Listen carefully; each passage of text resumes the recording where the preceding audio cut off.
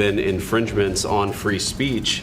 We've had free speech for a very, very long time in the United Kingdom, and it will last for a very, very long time.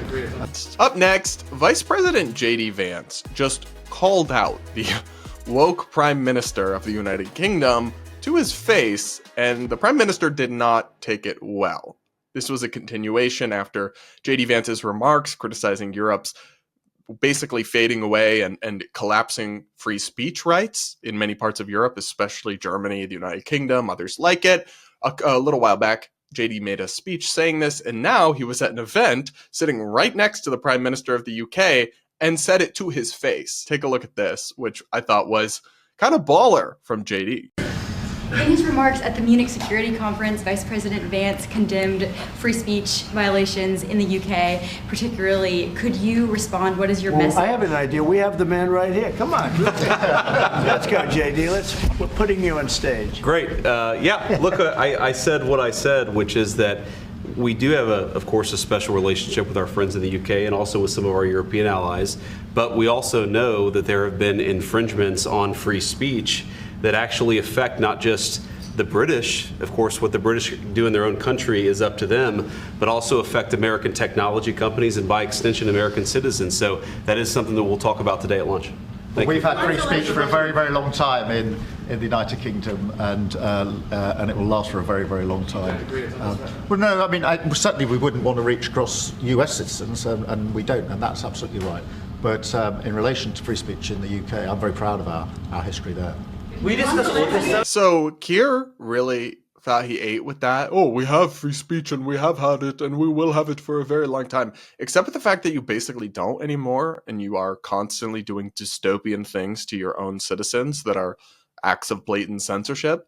The Nonpartisan Foundation for Individual Rights and Expression, FIRE, which I do work with, disclaimer, pointed this out on Twitter, and they wrote, Prime Minister Keir Starmer says he's very proud of the UK's free speech. It may be news to him then that 2 people were arrested just this month in the UK for what looks like blasphemy violations. And they shared news reporting about a man who was arrested after a live video where he burned the Quran in Manchester.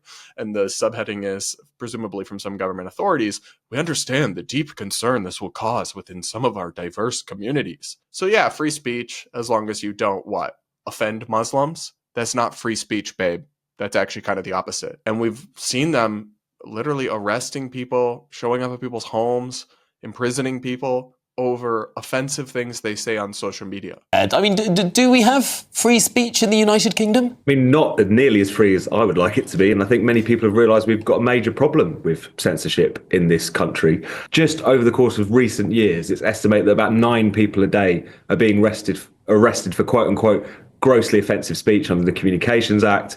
We've seen literally hundreds of thousands of people have themselves logged on lists of non-crime hate incidents, including school children for calling each other names on the playground.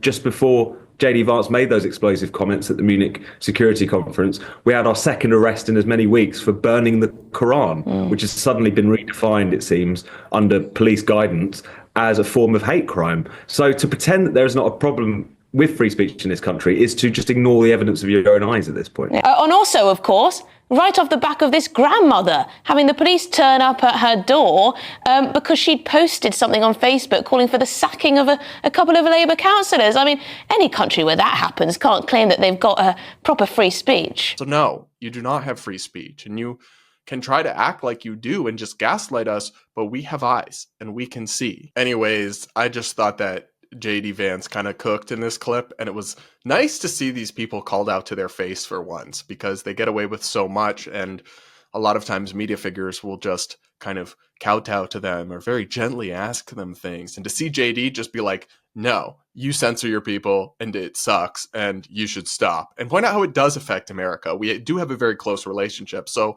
Keir can say, well, you wouldn't want us reaching into your affairs.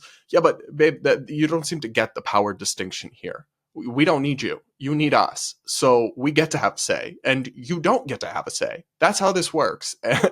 I'm sorry to my UK people. I love the UK. I love your culture. I think British people are amazing and have a great tradition and a history in so many ways. So it's no hate to y'all. It's just pointing out the reality and the facts. And Keir seems to need a little refresher on them because he's a little big for his britches, as I think you guys like to say, and he is gaslighting us. And we do not have to stand for that because your people might be forced to just accept your BS, but we are not.